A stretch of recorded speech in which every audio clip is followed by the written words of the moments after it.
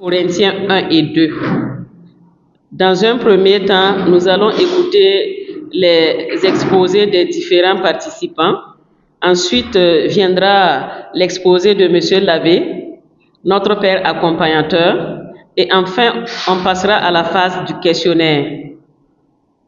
Que l'Esprit Saint nous guide en ce soir afin que nous puissions mieux connaître sa parole. Nous allons inviter le chapitre 1 à se mettre en place. Bonsoir, je m'appelle Compaoré Angelina Palingwende de la paroisse Notre-Dame de Fatima de Dasasko, CCB Saint-Jean-Baptiste. Je lis pour Madame Somé Hortense de la paroisse Saint-Marc de Nagrin, CCB Saint-Jérémie, et sa binôme Justine Kaboré-Waré de la paroisse Saint-André de Samba, CCB Saint-Ambroise de Borgo. Nous avons le plaisir de vous présenter les chapitres 1 et 2 de la lettre de Saint Paul aux Corinthiens.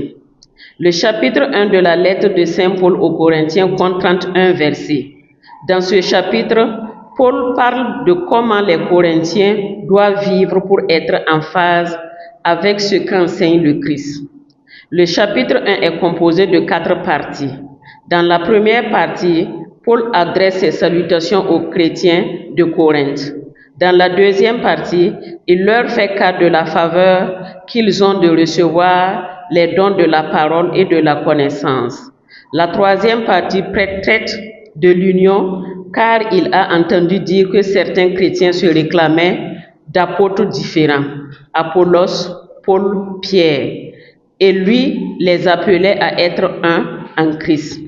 La quatrième partie nous enseigne sur la sagesse de Dieu et tous ceux ayant reçu l'Esprit de Dieu étant éclairés et comprenaient les choses spirituellement et pouvaient les transmettre. L'unité de thème de ce chapitre, à travers ce chapitre, nous comprenons que la folie apparente de Dieu est plus sage que la sagesse des hommes.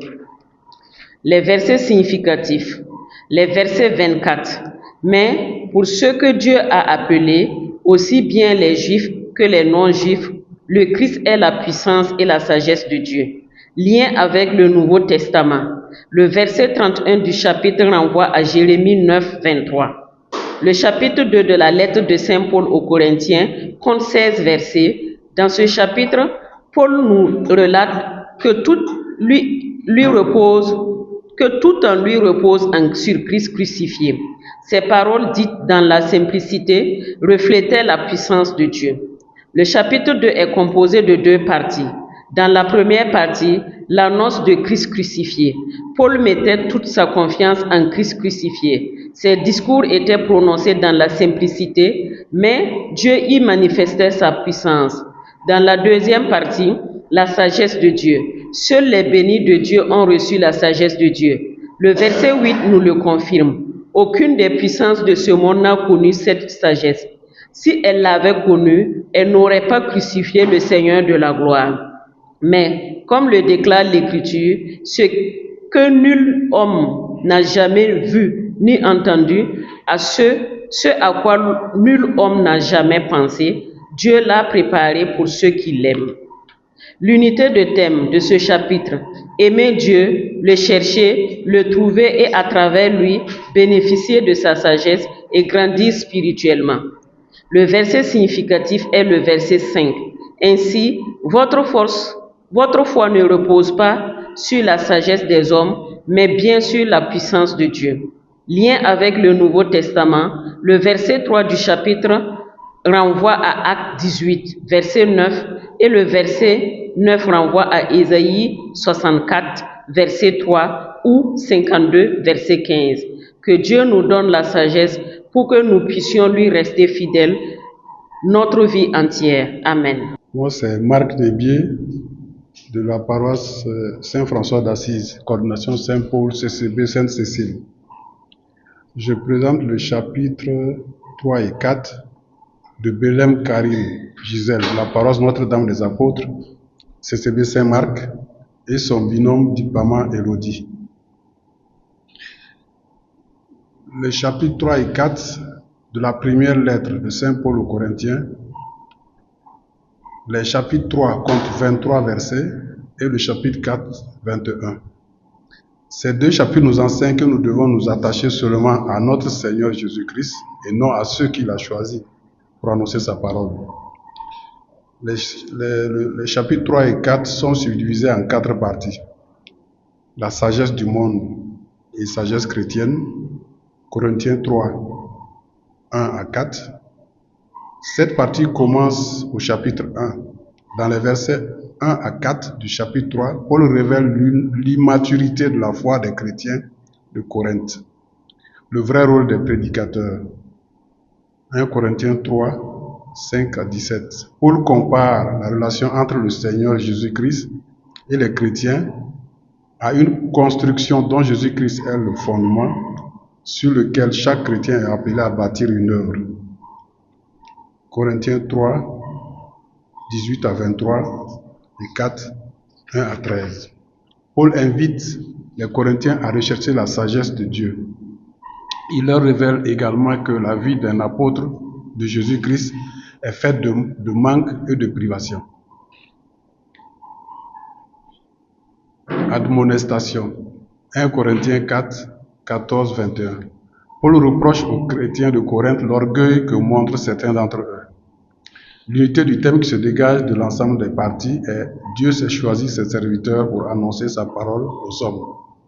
Ceux-ci doivent s'attacher à Jésus-Christ seul et non à ses apôtres. » Comme verset significatif de ce chapitre, on peut retenir le verset 16 du chapitre 3 qui dit « Ne savez-vous pas que vous êtes le temple de Dieu et que l'Esprit de Dieu habite en vous ?» Le chapitre 3 a un lien avec l'Ancien Testament et le Nouveau Testament. Dans les passages suivants, Hébreux 5, 11 à 14, Éphésiens 2, 20 à 22, 1 Pierre 2, 4 à 6. Le chapitre 4 a un lien avec le Nouveau Testament dans les passages suivants, 1 Corinthiens 3, 5 à 9, Romains 14, 10 à 12, Philippiens 2, 19 à 22. Le Seigneur a choisi les apôtres et nous aujourd'hui pour annoncer l'évangile. Nous ne devons tirer aucun orgueil de ce choix. Ainsi, Saint Paul nous invite à imiter les apôtres et à nous mettre au service du Seigneur et non à notre service. Puisse le Seigneur nous donner la grâce d'annoncer sa parole dans un don total de nous-mêmes. Amen. Exposé des chapitres Corinthiens 5 et 6. Je m'appelle Monsieur Bayama Luciani Charlebon, de la paroisse Saint-Charles Luanga de Waelien, de la CCV Saint-François d'Assise. Mon binôme s'appelle Ouedrago Wenso Christian, Noël de la paroisse Saint-Joseph de Pabri, CCV Saint-Dominique de Cambouensin. Notre exposé porte sur les chapitres 5 et 6 de la première lettre de Saint Paul, apôtre aux Corinthiens.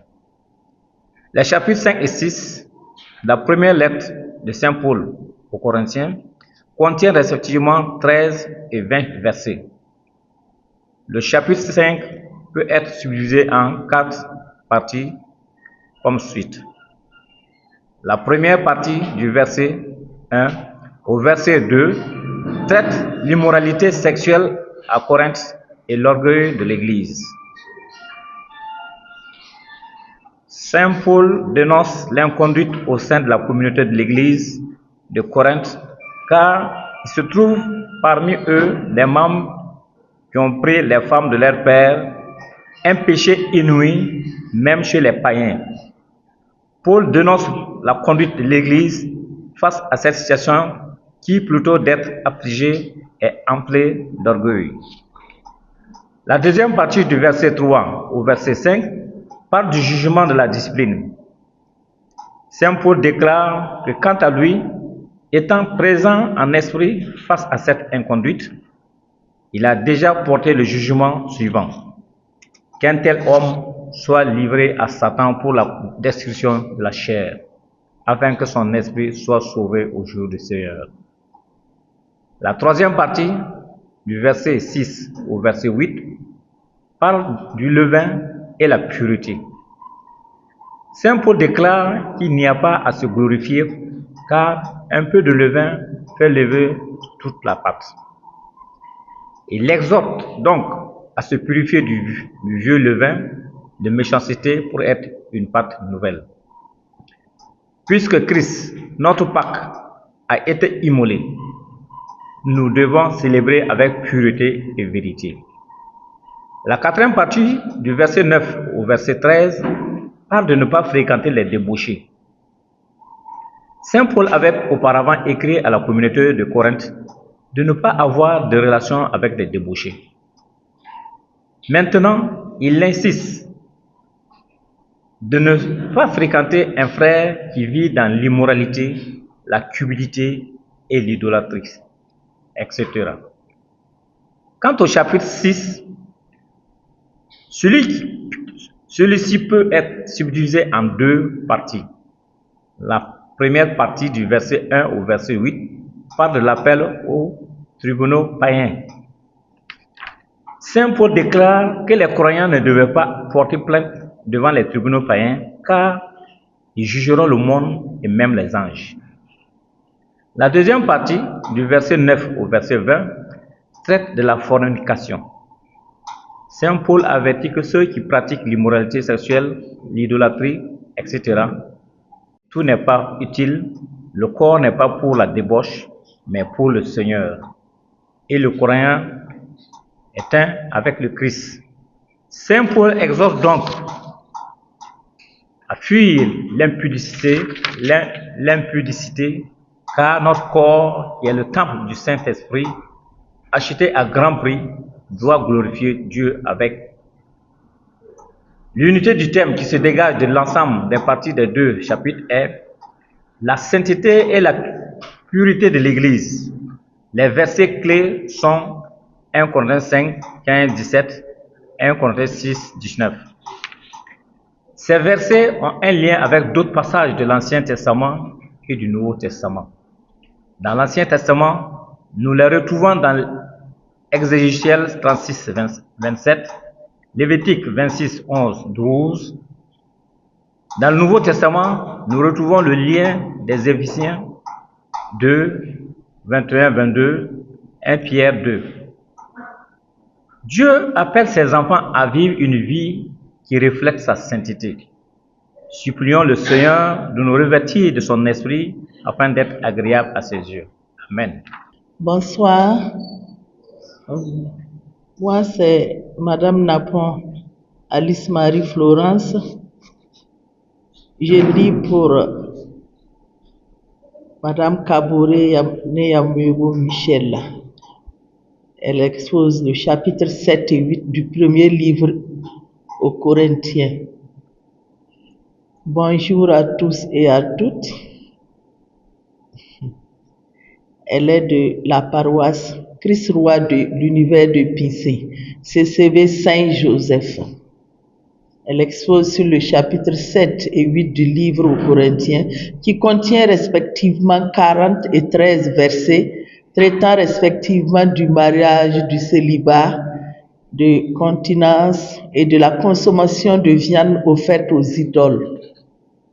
Nous le subdivisons en 9 parties essentielles qui se subdivisent comme suit. Le mariage et le célibat, 1 Corinthiens 7, verset 1, 9. Il est bon de ne pas toucher deux femmes, en parenthèse célibat, mais il est encore mieux d'éviter l'impudicité par le mariage. Chaque époux devant ses droits sur le corps de l'autre, sauf accord mutuel pour prier. Le divorce et la séparation. 1 Corinthiens 7, verset 10-16. Les couples mariés ne doivent pas se séparer. Et si une femme se sépare, elle doit rester sans se remarier ou se réconcilier avec son mari. Si un homme répudie sa femme non croyante, il doit la laisser partir. Si elle reste, il ne doit pas la renvoyer. Les mariages mixtes. 1 Corinthiens 7, verset 12-16. Si un conjoint non croyant veut rester dans le mariage, le croyant ne doit pas le quitter. Le non-croyant est sanctifié par le croyant et la famille est préservée de l'influence païenne. Si le non-croyant part, le croyant n'est pas lié. L'état de vie, 1 Corinthiens 7, versets 17 à 24. Chacun doit rester dans l'état où il a été appelé, en parenthèse, esclave ou libre, circoncis ou incirconcis. Ce qui compte, c'est l'obéissance à Dieu. Les vierges et le mariage, 1 Corinthiens 7, versets 25-40. Paul conseille qu'il est bon de rester célibataire pour se consacrer au Seigneur sans distraction. Cependant, si une personne ne peut se maîtriser, elle doit se marier. Le mariage d'une veuve, 1 Corinthiens 7, versets 39-40. Une veuve est libre de se remarier, mais seulement avec un croyant. En parenthèse, dans le Seigneur. La connaissance et l'amour, 1 Corinthiens 8, verset 1-3. La connaissance intellectuelle sur les idoles, en parenthèse, elles ne sont rien, peut énorgueillir. Mais l'amour de Dieu conduit à une vraie connaissance, car Dieu connaît ceux qu'il aime. La liberté chrétienne, de manger ou non, ne doit pas devenir une source d'orgueil. La réalité des idoles, 1 Corinthiens 8, versets 4-6. Les chrétiens savent qu'il n'y a pas de vrai Dieu, mais un seul Dieu, en parenthèse le Père, et un seul Seigneur, en parenthèse Jésus-Christ. Les dieux païens ne sont que des créations humaines. Le problème des consciences faibles, 1 Corinthiens 8, verset 7-13. Certains croyants, en parenthèse, conscience faible, pensent que manger ces viandes est mal, car associé aux idoles. Manger devant eux, c'est les encourager à faire quelque chose qui viole leur conscience. C'est pécher contre eux et contre le Christ. Paul conclut, si la nourriture fait tomber mon frère, je ne mangerai jamais plus de viande pour ne pas le faire chuter. L'unité thématique des chapitres 7 et 8 de 1 Corinthiens réside dans les conseils pratiques de Paul sur la vie chrétienne, l'éthique relationnelle et l'amour divin, inconditionnel et sacrificiel, en réponse aux questions spécifiques des Corinthiens. Comme verset significatif, nous retenons le verset 29 à 30. Je vous le dis, frères, le temps se fait court, que désormais ceux qui ont femme vivent comme s'ils n'en avaient pas, ceux qui pleurent comme s'ils ne pleuraient pas, ceux qui sont dans la joie comme s'ils n'étaient pas dans la joie, ceux qui achètent comme s'ils ne possédaient pas, ceux qui usent de ce monde comme s'ils n'en usaient pas vraiment, car elles passent, la figure de ce monde.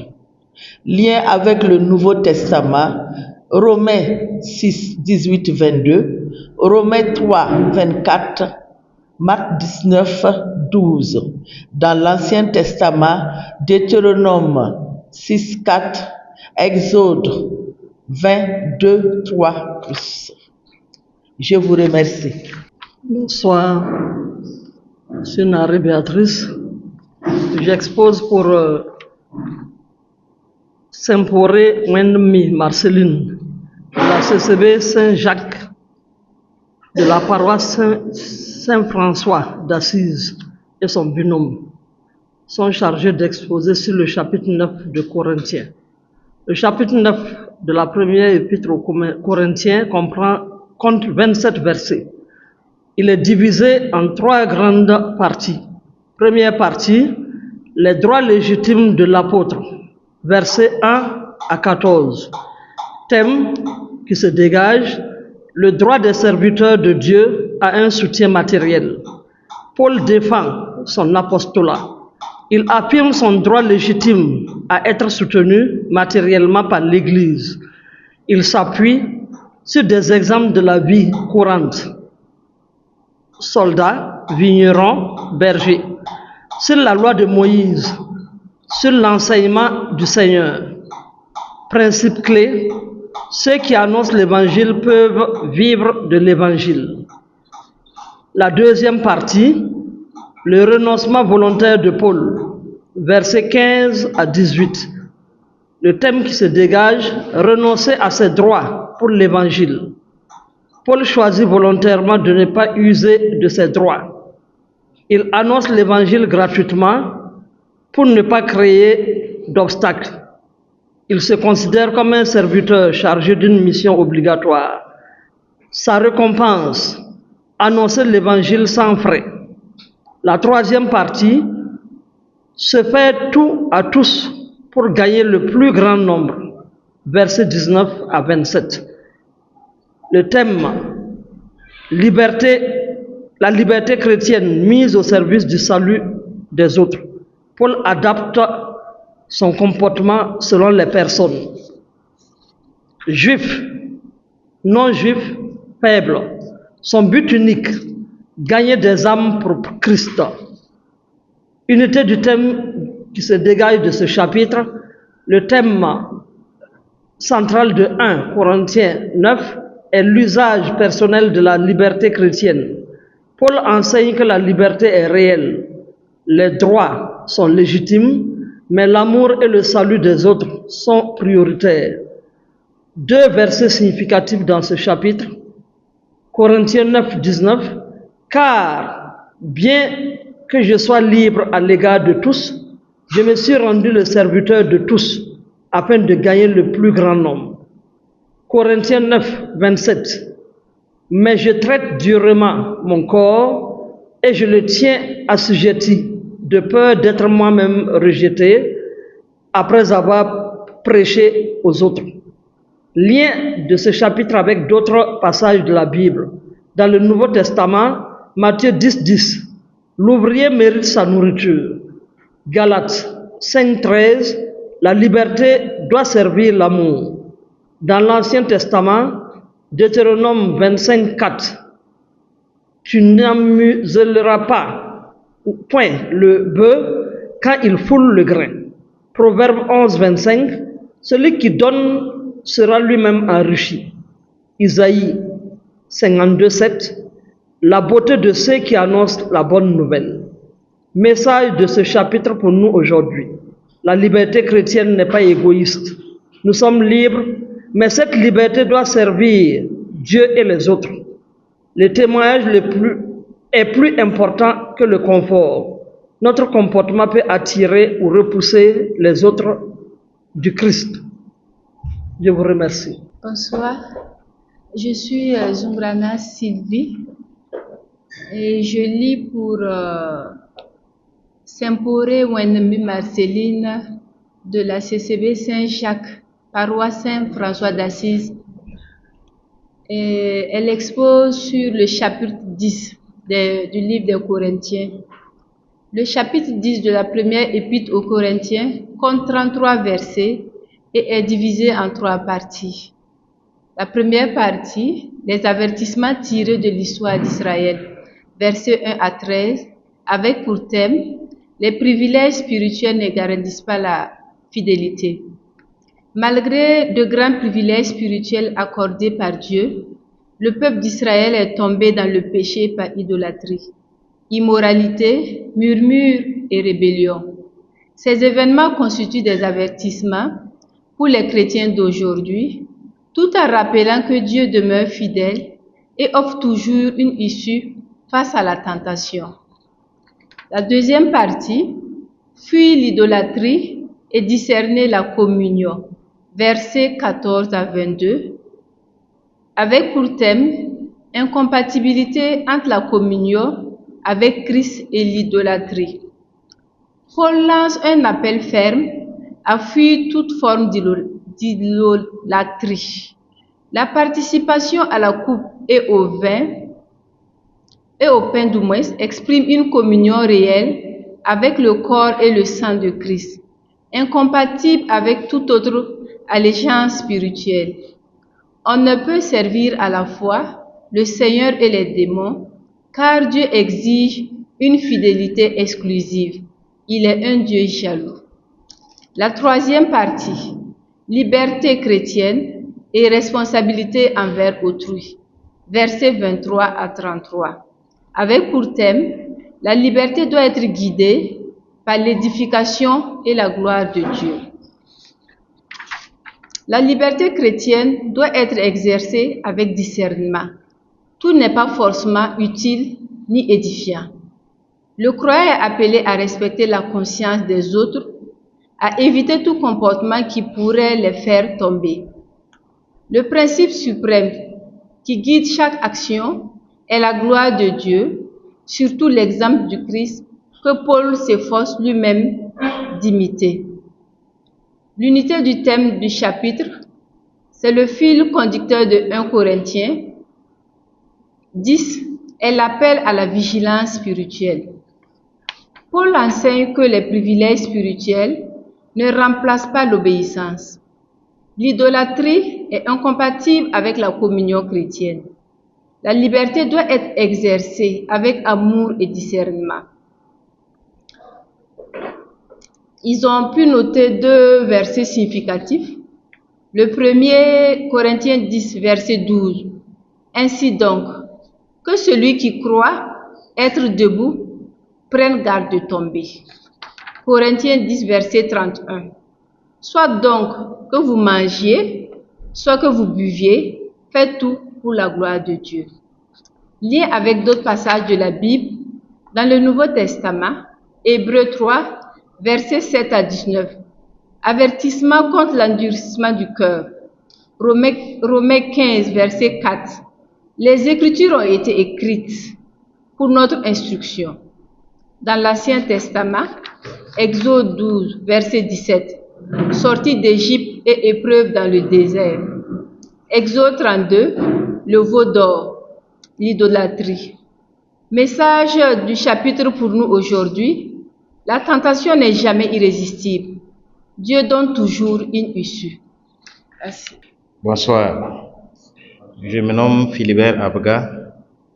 Je lis l'exposé sur les chapitres 11 et 12 de la première lettre de Saint Paul, apôtre aux Corinthiens, de San Luigi El Nessor, de la paroisse Saint-Joseph de Gouguin, Coupela, CCB Sainte Maria Goretti, et sa binôme Sawadro Nabolé et Rachel, de la paroisse Saint-Augustin de Bissiguin, coordination Saint-Jean-Baptiste de Bassinco, CCB Saint-Jean-Paul II. Les chapitres 11 et 12 de la première lettre de Saint Paul apôtre aux Corinthiens comptent respectivement 34 et 31 versets et traitent d'une part des traditions transmises par Saint Paul et du repas eucharistique, chapitre 11, et d'autre part des dons spirituels, chapitre 12. Les traditions de l'Église transmises par Saint Paul et le repas eucharistique, chapitre 11. Les traditions de l'Église transmises par Saint Paul aux Corinthiens, Corinthiens 1, 12, de 1 à 15. Dans cette partie, Saint Paul félicite les Corinthiens pour l'observance des traditions qui leur sont transmises, puis il leur rappelle deux autres traditions, en l'occurrence l'interdiction pour tout homme qui prie ou prophétise d'avoir quelque chose sur sa tête et l'obligation pour toute femme qui prie ou prophétise d'avoir quelque chose sur sa tête, Ainsi, un homme qui prie ou prophétise ayant quelque chose sur sa tête fait honte à sa tête, et une femme qui prie ou prophétise sans avoir quelque chose sur sa tête fait honte à sa tête. Or, la tête de l'homme, c'est le Christ, et la tête de la femme, c'est l'homme. Corinthiens 11, 3, 5. Le repas eucharistique. Dans cette partie, Saint Paul n'apprécie pas les Corinthiens pour leur manière de se réunir pour prendre le repas, car chacun se précipite pour prendre son propre repas, et l'un reste affamé tandis que l'autre trop bu. Il explique le repas eucharistique qu'il affirme d'avoir reçu du Seigneur 1 Corinthiens 11, 23, 25. Enfin, Saint Paul conseille les Corinthiens de ne pas manger le corps et boire le sang du Christ de manière indigne, car celui qui le fait devra répondre du corps et du sang du Seigneur. On doit donc s'examiner soi-même avant de manger de ce pain et de boire à cette coupe. Corinthiens 11, 28. Les dons spirituels, chapitre 12. Selon Saint Paul, malgré la diversité des dons spirituels, ils proviennent d'un même Seigneur et d'un même et unique esprit. Il y a le don de la sagesse, le don de connaissance, le don de foi, de guérison, des miracles, le don de prophétie, ou encore de parler ou d'interpréter diverses langues mystérieuses. Tous ces dons sont reçus d'une même et unique esprit. Corinthiens 1, 12, 8, 10. Il compare ces dons spirituels avec le corps humain qui a plusieurs membres qui forment néanmoins un seul corps. Saint Paul affirme ensuite que autant les dons sont variés, autant les activités sont variées. C'est pourquoi Dieu a placé dans l'Église premièrement les apôtres, deuxièmement les prophètes, troisièmement ceux qui doivent enseigner, ensuite les miracles et les dons de guérison, d'assistance, de gouvernement et de parler diverses langues. Corinthiens 1, 12, 28. Il conclut en exhortant aux Corinthiens de rechercher avec ardeur les dons les plus grands. 1 Corinthiens 12, 31. Je vous remercie. Je lis pour Madame Barry Ouedraogo Daniel de la paroisse Saint-Jean-Marie Vianney de Tampuy, CCB Saint-Augustin. Son binôme, c'est Monsieur Jean-Grégoire Corbeau de la paroisse Saint-Guillaume de Tanguin, CCB Sainte-Famille de Nazareth. Le chapitre 13 de la première lettre de Saint Paul aux Corinthiens contient 13 versets. Il est subdivisé en 3 parties. La partie 1, versets 1 à 3, l'amour entendu au sens de la charité est au-dessus de tout. Partie 2, versets 4 à 7, l'amour ne se réjouit pas de ce qui est injuste. Il trouve plutôt joie dans ce qui est vrai. Partie 3, versets 8 à 13, tout est passager sauf l'amour, la foi et l'espérance. Unité de thème qui se dégage de l'ensemble des parties est l'articulation entre elles. L'amour est la plus grande vertu. On a beau avoir la foi, on a beau être riche, instruit, savoir parler en langue, tant qu'on n'est pas charitable, tout cela est inutile. 1 ou 2 versets significatifs du chapitre. Les versets 4, 5 et 6. Lien du chapitre avec d'autres passages de la Bible. Nouveau Testament, 1 Jean 3, 2. Ancien Testament, Deutéronome 6, 5. Message du chapitre pour nous aujourd'hui. L'actualité du message du chapitre pour notre temps. L'amour prôné par Saint Paul est un antidote de l'égoïsme que nous connaissons de nos jours. Les interpellations de Dieu pour moi, pour nous aujourd'hui. Dieu m'appelle à l'amour du prochain. Exhortation finale, Saint Paul nous invite à mettre la relation humaine et le don de soi au centre de la vie plutôt que la recherche de la puissance ou de la reconnaissance. Quant au chapitre 14,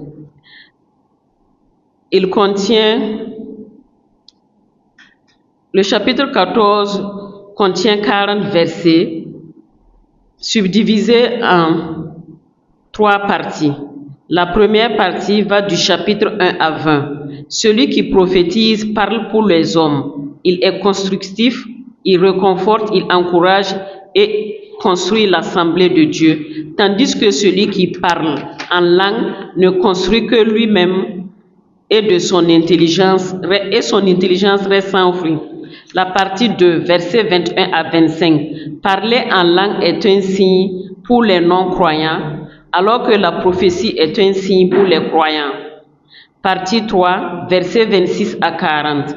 Saint Paul donne les orientations sur la prise de parole dans les assemblées. Unité de thème qui se dégage de l'ensemble des parties ou l'articulation entre elles. Saint Paul encourage à rechercher la prophétie sans interdire de parler en langue, mais à condition que tout se passe dans la dignité et dans l'ordre.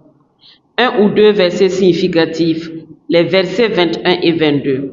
Lien du chapitre avec d'autres passages de la Bible.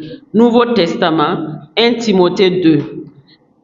Ancien Testament, Isaïe 28, versets 11 à 12. Message du chapitre pour nous aujourd'hui. L'actualité du message du chapitre pour notre temps. La charité est le critère principal de la valeur d'une action, plus importante que toutes les autres vertus.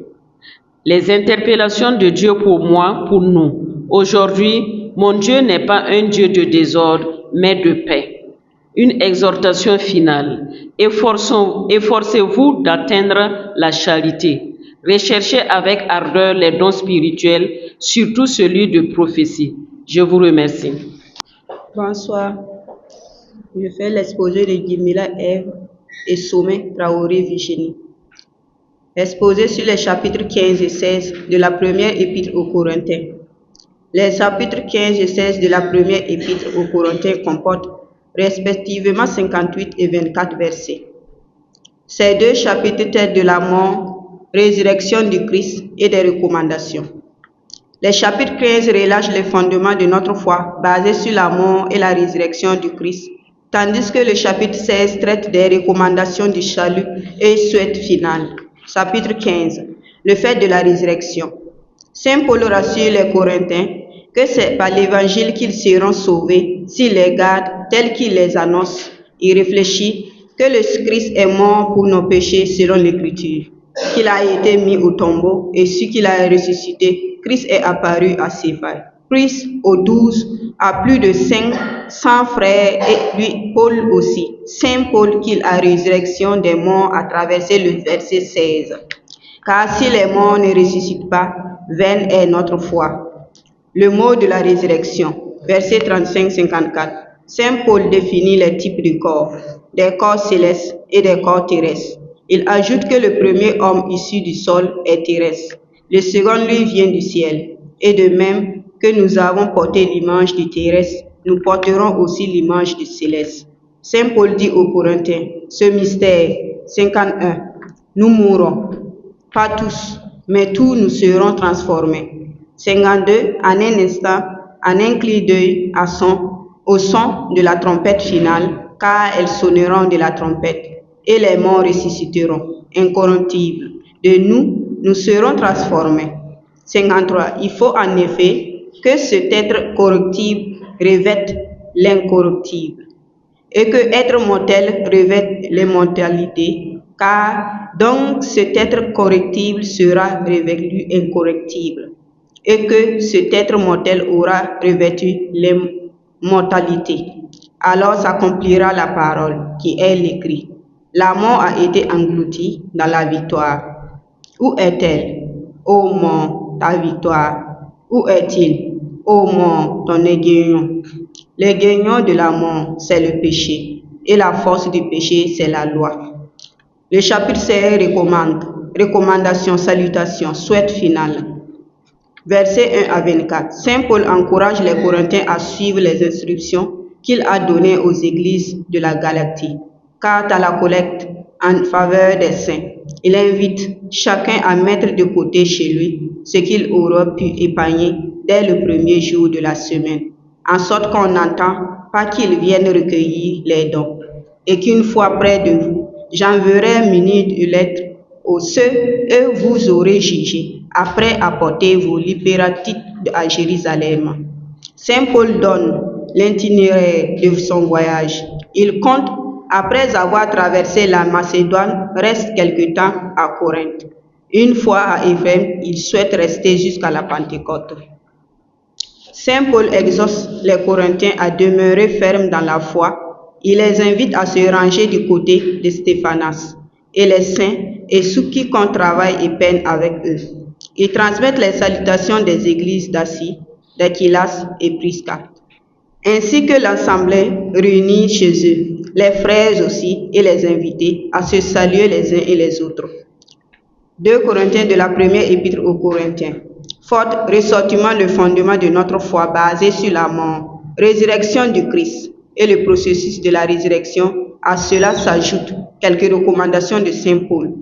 Le verset qui nous a retenu notre attention sont 1 Corinthiens 15, 16, 17. Car si les morts ne ressuscitent pas, vous êtes encore dans le péché. Lien avec d'autres chapitres, Romains 6, 8 à 10, Deutéronome 12, 2, Jean 5 à 29. Chers frères et sœurs en Christ, demeurons fermes dans la foi, car l'évangile que nous avons reçu nous sauveront. Christ est mort et ressuscité pour nous sauver, c'est le sacrifice suprême. Demandons au Seigneur la grâce d'une foi ferme à celle des apôtres. Je vous remercie. Je suis de la paroisse Saint-André de Saba, CCB Saint-Joseph. Je lis pour Ouedraogo Samira, épouse Souli, de la paroisse Saint-Charles Luanga de Wayalgué, avec binôme Madame Barry Netoukma Solange. Elles exposent sur les chapitres 1 et 2 du livre de Corinthiens 2. Les chapitres 1 et 2 du livre des 2 Corinthiens contiennent respectivement 24 et 17 versets. Les 2 chapitres ont au total 5 parties que nous subdiviserons en points. La partie 1, 2 Corinthiens, versets 1 à 11, intitulée « Salutations et actions de grâce ». Paul, après la salutation, fait mention des nombreuses souffrances qu'il a dû supporter et les perçoit comme une participation à celle du Christ pour la cause de l'Évangile. La partie 2, Corinthiens 2, versets 12 à 24, intitulée « Paul change son plan de voyage ». Cette partie fait ressortir la raison pour laquelle Paul a changé son plan de voyage, à ne pas revenir à Corinthe. Aussi, on perçoit que Paul agit toujours selon sa conscience et ne met pas sa confiance dans la sagesse humaine, mais plutôt dans la grâce de Dieu. La partie 3, Corinthiens 2, versets 1 à 11, intitulée « Pardonner aux coupables ». Paul invite au pardon envers le responsable de la division pour éviter que la tristesse ne le conduise au désespoir. La partie 4, Corinthiens 2, versets 12 à 13, intitulée « L'inquiétude de Paul ». Dans cette partie, Paul fait ressortir son inquiétude car il n'avait pas trouvé son frère en Christ, Tite, lorsqu'il est arrivé à Troas pour annoncer la bonne nouvelle du Christ. La partie 5, Corinthiens 2, versets 14 à 17, intitulée « La victoire en Jésus-Christ ». Paul présente un plaidoyer en faveur de son ministère apostolique en précisant d'abord que la mission de faire connaître le Christ lui a été confiée par Dieu et qu'il l'a accomplie en communion avec le Christ. L'unité du thème qui se dégage de l'ensemble des parties. Pour nous, la mission apostolique de Paul est l'unité du thème qui se dégage de l'ensemble des parties de chaque chapitre. Et les versets significatifs sont Corinthiens 2, verset 20. Toutes les promesses de Dieu ont en effet leur oui en lui. Aussi bien, est-ce par lui que nous disons l'amen à Dieu pour sa gloire? Lien du chapitre avec d'autres passages de la Bible. Nous avons trouvé les liens avec le livre Acte 16, verset 9 à 1, Romains 4, verset 17, Romains 15, verset 30 et Matthieu 5, verset 37. Lien avec d'autres passages de l'Ancien Testament, nous n'en avons pas trouvé. Message du chapitre pour nous aujourd'hui. L'actualité du chapitre pour notre temps. Ces deux chapitres tiennent à nous rappeler que la mission d'évangélisation doit se faire avec sagesse et par pure grâce divine afin de pouvoir résister aux différentes épreuves qui pourraient survenir. Interpellation et exhortation finale. Les chapitres 1 et 2 nous interpellent et exhortent à une attitude consciente, sage et humble lorsque nous avons la charge d'apporter la bonne nouvelle du Christ auprès des autres. De plus, nous devons nous rappeler que la mission de faire connaître le Christ n'est pas pure grâce divine et non une volonté et force humaine. Tout s'accomplit en communion avec le Christ. Puisse le Seigneur augmenter en nous la soif de l'Évangile et le don de le partager avec les autres. Que l'amour et le pardon soient nos fondements en cette nouvelle année 2026. Je vous remercie. Je lis pour Madame Kima Marie-Laure Estelle de la paroisse Saint-François d'Assise, CCB Sainte-Monique. Sa binôme est Madame Konaté Tinta Solange. Les chapitres 3 et 4 du livre de la deuxième lettre de Saint Paul aux Corinthiens est constitué de 18 versets chacun. Ces deux chapitres peuvent être subdivisés en 7 grandes parties. La première partie, verset 3. Chapitre 3, verset 1 à 3. La reconnaissance du ministère. Dans cette partie, Paul défend son ministère et souligne que les Corinthiens sont la lettre vivante du Christ. La deuxième partie, chapitre 3, verset 4-6. La supériorité du ministère de l'Esprit. Pour Paul, le ministère de l'Esprit est puissant. Il donne la vie, contrairement à l'ancienne lettre de la loi qu'il condamnait. La troisième partie, chapitre 3, versets 7-11.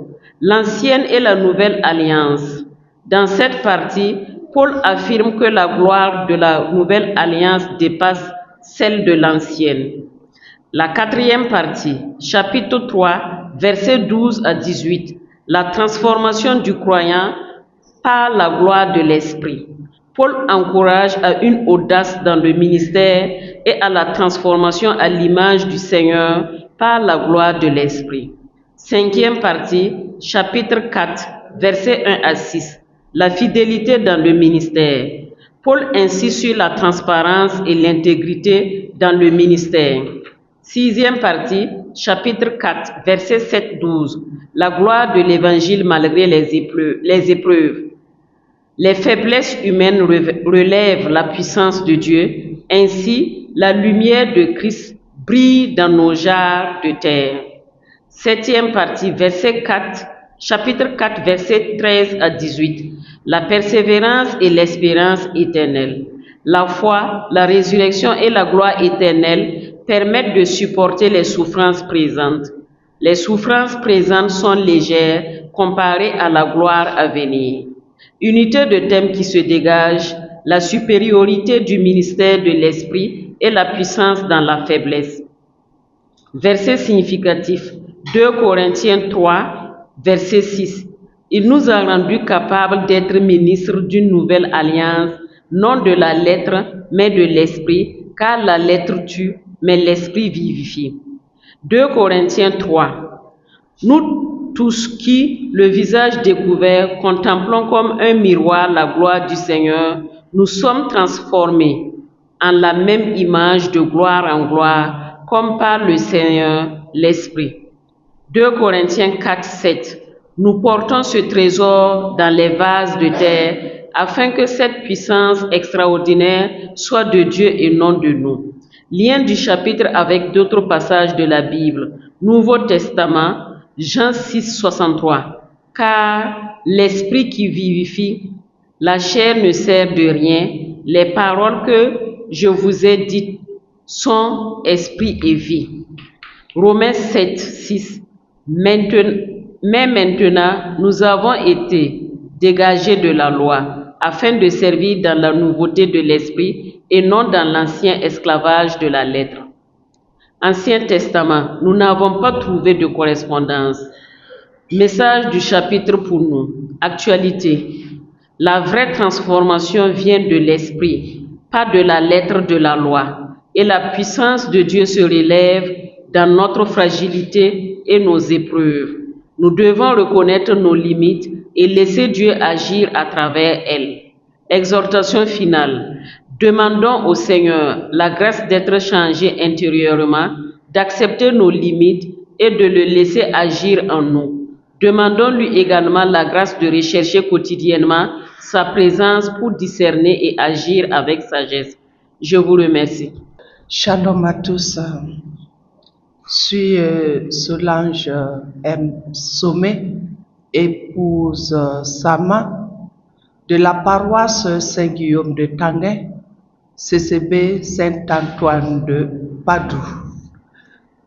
Je présente l'exposé de Madame Kaboré Irène, CCB Saint-Joseph de la paroisse Saint-André de Saba. Son binôme, c'est Monsieur Yé Mamadou Herman de la paroisse Saint-Jean-Bosco de Nord-Foire, Dakar. L'exposé porte sur le chapitre 5 de la deuxième lettre de Saint Paul l'apôtre aux Corinthiens. Grand 2. Présentation du chapitre. A. Longueur du chapitre.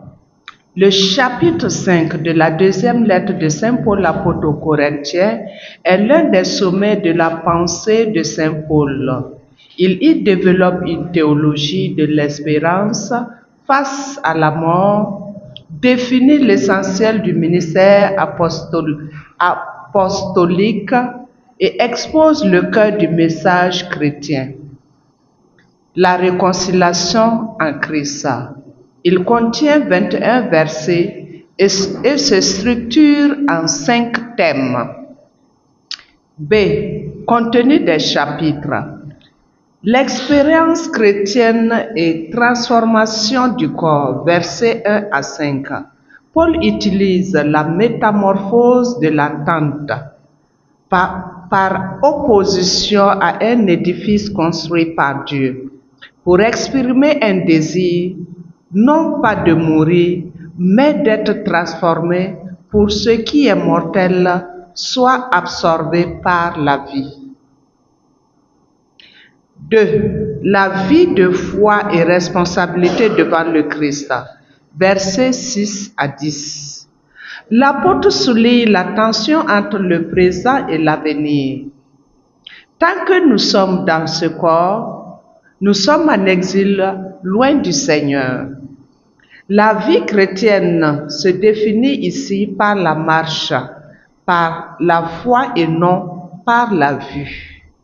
Cette expérience n'exclut pas la responsabilité.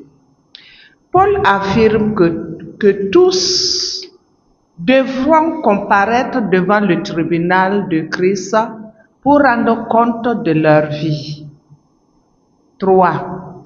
Le ministère apostolique motivé par la crainte et l'amour. Versets 11 à 15. Paul justifie ici son comportement et son dévouement total, souvent critiqué par ses adversaires à Corinthe. Parce qu'il connaît la crainte du Seigneur, il cherche à convaincre les hommes avec une conscience pure devant Dieu. Paul n'agit pas par ambition personnelle, mais parce que l'amour du Christ nous saisit. 4. Une vision nouvelle de l'homme et du monde. Versets 16 à 17. Paul explique qu'il ne juge plus personne selon les critères humains, car l'ancien monde est passé, un monde nouveau commence par l'union au Christ. 5. Le ministère de la réconciliation.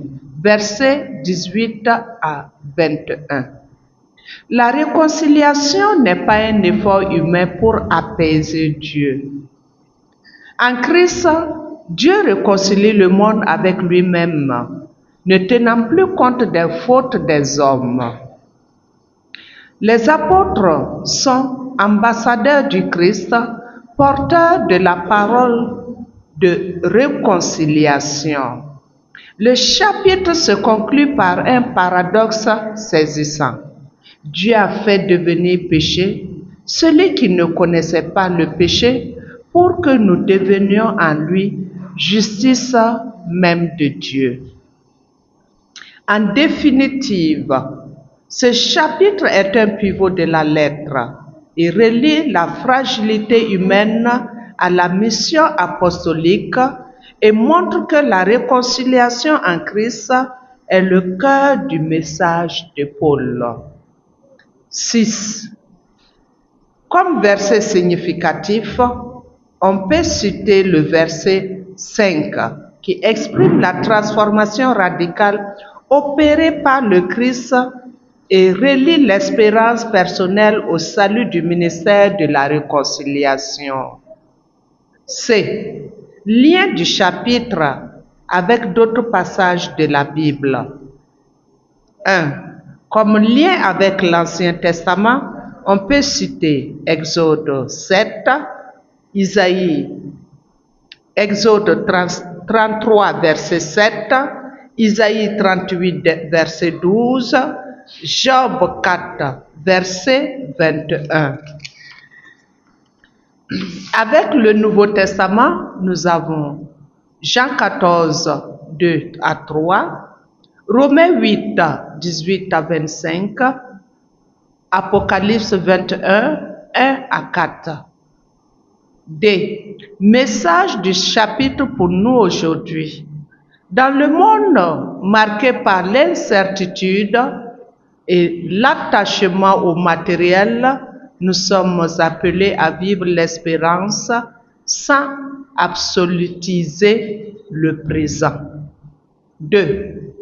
Seigneur notre Dieu, renouvelle nos cœurs en ton Fils et fais de nous des créatures nouvelles.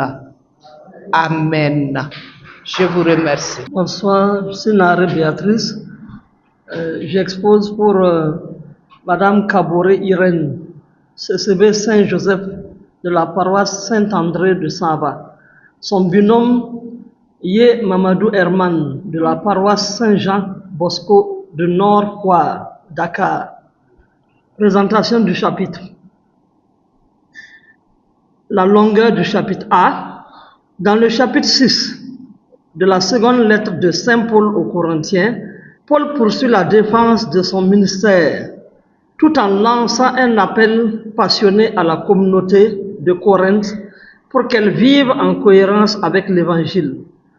Ce chapitre compte 18 versets et se structure en 4 parties. B. Le contenu des chapitres. L'urgence du salut et l'appel à la réconciliation. Versets 1, 2. Paul exhorte les Corinthiens à ne pas recevoir la grâce de Dieu en vain. En citant le prophète Isaïe, Paul souligne que le temps du salut est maintenant. C'est une exhortation à la décision immédiate et à la conversion du cœur. 2. Les paradoxes du ministère apostolique. Versets 3 à 10. Paul dresse une liste impressionnante de ce qu'il endure pour prouver son intégrité.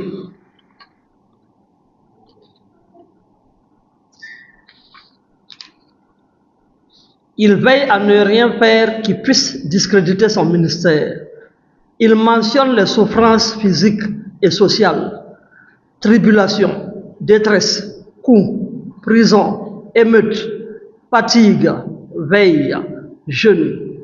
Il oppose aux épreuves la pureté, la connaissance, la patience, la bonté, l'Esprit Saint et l'amour sincère. Paul utilise des contrastes saisissants pour montrer la réalité spirituelle derrière les apparences. 3. l'ouverture du cœur et l'appel à la relation réciproque et sincère. Versets 11 à 13. Le ton devient extrêmement affectif. Paul affirme avoir parlé en toute franchise et que son cœur s'est largement ouvert pour eux. Il déplore que les Corinthiens soient à l'étroit dans leurs propres sentiments et les supplie de lui rendre l'appareil en ouvrant eux aussi leur cœur. 4. Une vision nouvelle de l'homme et du monde. Versets 14-18. Paul utilise des antithèses radicales pour exhorter les fidèles à ne pas se lier spirituellement avec les infidèles. Il rappelle que les chrétiens sont le temple de Dieu. Pour cette raison, ils doivent se séparer de l'idolâtrie. Il cite plusieurs textes de l'Ancien Testament pour rappeler que Dieu veut être un père pour eux, à condition qu'ils sortent du milieu du mal. En somme, ce chapitre est un plaidoyer passionné pour l'intégrité du service chrétien, l'importance et la repentance immédiate et la nécessité pour les croyants d'une vie de sainteté en communion avec Dieu et en séparation du monde. 5. Comme verset significatif, on peut citer le verset 2 qui donne la clé de la lecture de tout le chapitre. Paul y souligne l'urgence de la réponse à l'évangile. Il ne s'agit pas d'une vérité abstraite, mais d'une réalité présente. La grâce de Dieu est disponible et maintenant. C. Les liens du chapitre avec d'autres passages de la Bible. Comme lien avec l'Ancien Testament, on peut citer Isaïe 49, 8, Ézéchiel 37, 27, Deutéronome 22, 10. Avec le Nouveau Testament, nous avons Luc 4, 18, 21, Rois 13, 11, 12, Actes 9, 15, 16. D. Le message du chapitre pour nous aujourd'hui. À l'heure de la procrastination spirituelle ou du spirituel à la carte, Paul nous rappelle que la relation avec Dieu n'est pas un projet pour plus tard. Il nous dit de sortir de l'indifférence. Seigneur, donne-nous un cœur attentif pour ne pas laisser passer ton appel. Amen. 2 Corinthiens 9, 10. Je lis pour M. Éric Ilboudo de la paroisse Christ-Roi de Pincy, coordination Saint-Marc, et son binôme, Madame Chantal Sawadro de la paroisse Saint-François d'Assise.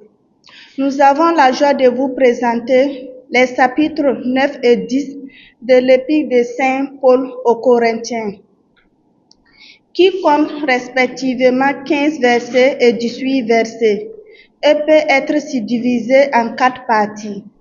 Chapitre 9. La collecte pour les saints de Jérusalem. Partie 1. Exhortation à la générosité. 2 Corinthiens 9, 1, 5. Paul encourage les Corinthiens à être généreux pour la collecte destinée aux saints de Jérusalem. Il leur rappelle leurs engagements de l'année précédente et les invite à accomplir leurs promesses. Partie 2. La bénédiction de la générosité. 2 Corinthiens 9, 6, 5. Paul explique que Dieu aime celui qui donne avec joie et que la générosité est récompensée. Il cite un proverbe pour illustrer ce principe: qui sème peu récolte peu, qui sème beaucoup récolte beaucoup. 2 Corinthiens 5, 9, 6. Chapitre 10. La défense de l'apostolat de Paul. Partie 3. La défense contre les critiques. 2 Corinthiens 10, 1, 6. Paul se défend contre les critiques qui l'accusent de faiblesse et de lâcheté. Il explique que son apostolat est authentique et qu'il a la puissance de Dieu. Partie 4. La soumission des pensées à Christ. 2 Corinthiens 17-18. Paul invite les Corinthiens à juger selon la réalité et non selon les apparences. Il explique que son autorité apostolique est donnée par Dieu pour édifier et non pour détruire. L'unité de thèse, la générosité et la bénédiction qui découlent la défense de l'apostolat de Paul et la soumission à Christ. Lien avec livre de la Bible, Proverbes 11, 24-25, Matthieu 10, 8, Luc 6, 38, 1 Corinthiens 4, 1, 5, 2 Corinthiens 5, 10. Verset touchant. Dieu aime celui qui donne avec joie. 2 Corinthiens 9, 7. Nous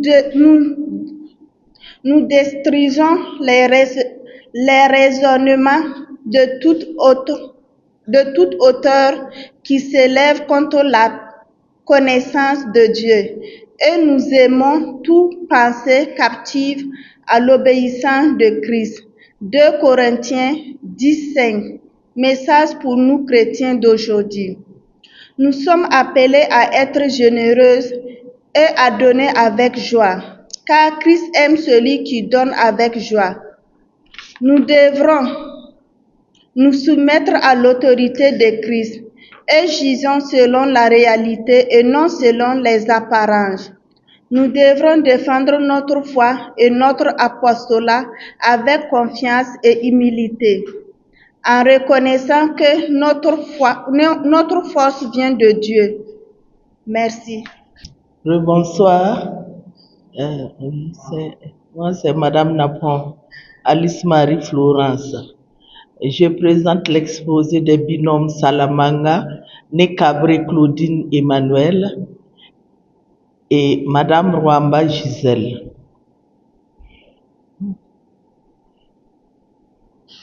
Madame Salamanga vient de la paroisse Notre-Dame de Fatima, CCB Saint-Barthélemy. Elles sont chargées de vous présenter les chapitres 11 et 12 de la deuxième épître de Saint Paul, apôtre aux Corinthiens. Le chapitre 11 de la deuxième épître de Saint Paul, apôtre aux Corinthiens, comporte 33 versets et l'on peut subdiviser en 4 parties. 1. La jalousie spirituelle de Paul, versets 1 à 6. 2. La gratuité de son ministère, versets 7-12. 3. La dénonciation des faux prophètes, versets 13-15. 4. Le discours de folie et la gloire dans la faiblesse, versets 16-33. Et enfin, 1. La jalousie spirituelle de Paul, verset 1-6. Paul exprime son inquiétude pour la fidélité des Corinthiens envers le Christ. Il utilise l'image du mariage, craignant que leurs pensées ne soient détournées de la simplicité de l'évangile de faux enseignements, tout comme Ève fut séduite par le serpent. 2. La gratuité de son ministère, versets 7-12. L'apôtre défend son choix de ne pas avoir été à charge financière de l'église de Corinthe. Il explique qu'il a prêché l'évangile gratuitement en acceptant l'aide d'autres églises, en parenthèse, macédoines, pour éviter d'être un fardeau pour eux, contrastant ainsi son attitude avec elle de ses opposants. 3. La dénonciation des faux prophètes, versets 13-15. Dans un ton plus sévère, Paul qualifie ses adversaires d'ouvriers, trompeurs et de faux apôtres. Il compare leur déguisement à celui de Satan, qui se transforme en ange de lumière pour mieux tromper les croyants. 4. Le discours de folie et la gloire dans la faiblesse, verset 16-33. Paul accepte de se glorifier pour ironie, pour répondre à ses détracteurs. Au lieu de vanter ses succès, il énumère ses souffrances, ses épreuves, entre parenthèses, naufrage, coups, prison, faim, péril. Il conclut que s'il doit se glorifier, il le fera de sa faiblesse illustrée par sa fuite à Damas dans une corbeille. Chapitre 12. Pour le chapitre 12, les visions et la gloire de l'apôtre, verset 1-10. 2. L'apologie de Paul et l'avertissement aux Corinthiens, verset 11-21. Les visions et la gloire de l'apôtre, verset 1-10. Paul parle de son expérience extatique et de ses souffrances contrastant sa faiblesse humaine avec la puissance divine qui l'anime, tout en insistant sur le fait qu'il ne cherchait pas sa propre gloire, mais celle du Christ. 2. L'apologie de Paul et l'avertissement aux Corinthiens, versets 11-21.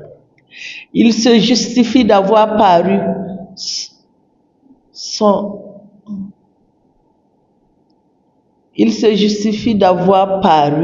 en se vantant, rappelle qu'il n'a pas été un fardeau et les avertit qu'à son arrivée, il paraît devoir les châtier s'ils ne se repentent pas des péchés qui persistent dans la communauté.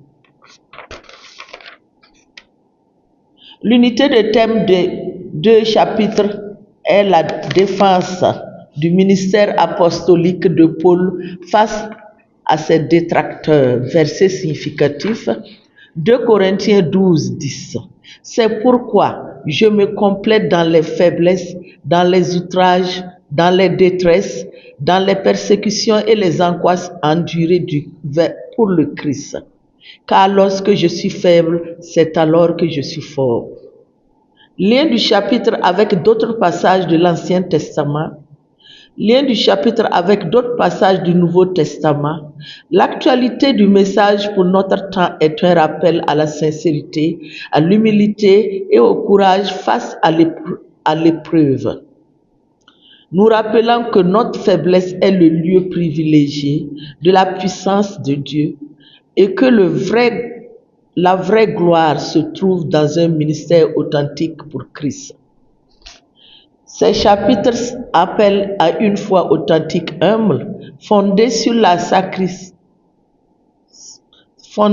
sacrifice du Christ et à une vigilance constante face aux tromperies spirituelles, nous exhortant à la sanctification personnelle. C'est un appel à l'unité et à la pureté de la foi. Il exhorte les membres des communautés actuelles à éviter les querelles, les jalousies et les désordres pour vivre dans la paix et l'amour. Que Dieu nous prenne en grâce. Bonsoir. Je me nomme Wedraomanesso Christian Noël, la paroisse Saint-Joseph de Pabré, CCV Saint-Dominique de Cambouès. Je lis l'exposé d'Éric Ilboudo de la paroisse Christ-Roi de l'Univers, Pissy, coordination Saint-Marc et son binôme, Ouedraogo François de la paroisse Notre-Dame de Fatima, qui ont le plaisir de vous présenter le fruit de leur travail au chapitre 13 de la deuxième épître de Saint Paul apôtre aux Corinthiens. Ce chapitre est un appel à l'amour et à la maturité spirituelle. Les différentes parties du chapitre se comportent de 13 versets. L'appel à l'examen et conscience, versets 1 à 4. Paul annonce qu'il va venir à Corinthe pour examiner les comportements des chrétiens et les appeler à la repentance.